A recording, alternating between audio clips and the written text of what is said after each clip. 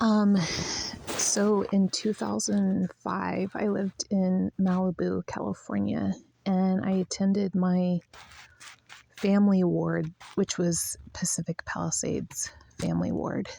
Um, I worked at a salon called Tola there in Malibu and was nannying for a family that I lived with.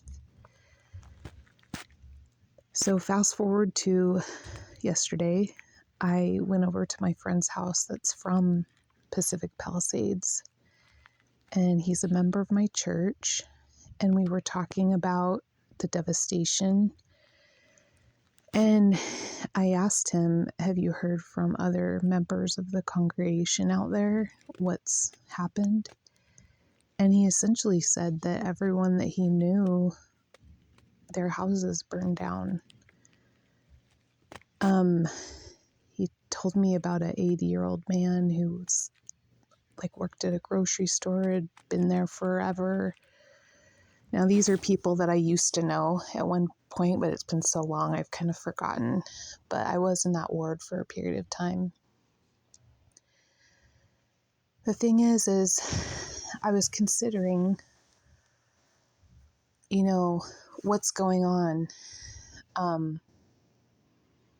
and what the Lord wants. I feel that it's time for us as members of the church to realize that we're going to go through hard things, because just like other people who have been through drug addiction or challenges, trials, they have the opportunity to then strengthen those who've been through similar trials.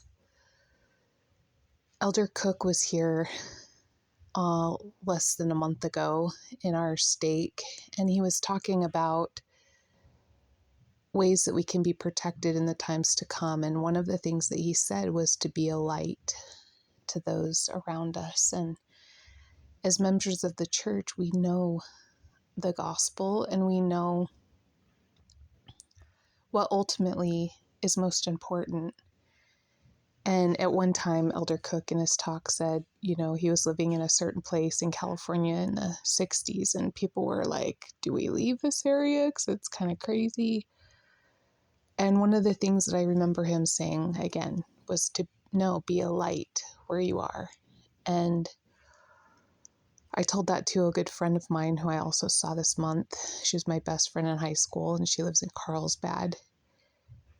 And I believe that there's going to be things that they need to do out there as believers, that they're going to have to strengthen those who don't, that everything that ever meant anything to them is gone. They're going to be able to give them hope in what truly matters, and those mansions that God has prepared for us, the unspeakable things that He's prepared. And it's not long now before we'll be able to be with our loved ones. And a part of this life is a purifying process. I was told once when I was struggling in my marriage, why is this happening? And my stake president at the time told me, God wants to make us His jewels. And how does He do that? Through time, pressure, and heat. Well, literally, I see, figuratively, literally, the pressure that those people in California are going through. And I know that God has a plan for them, and He's going to displace them to places that are better. And He's going to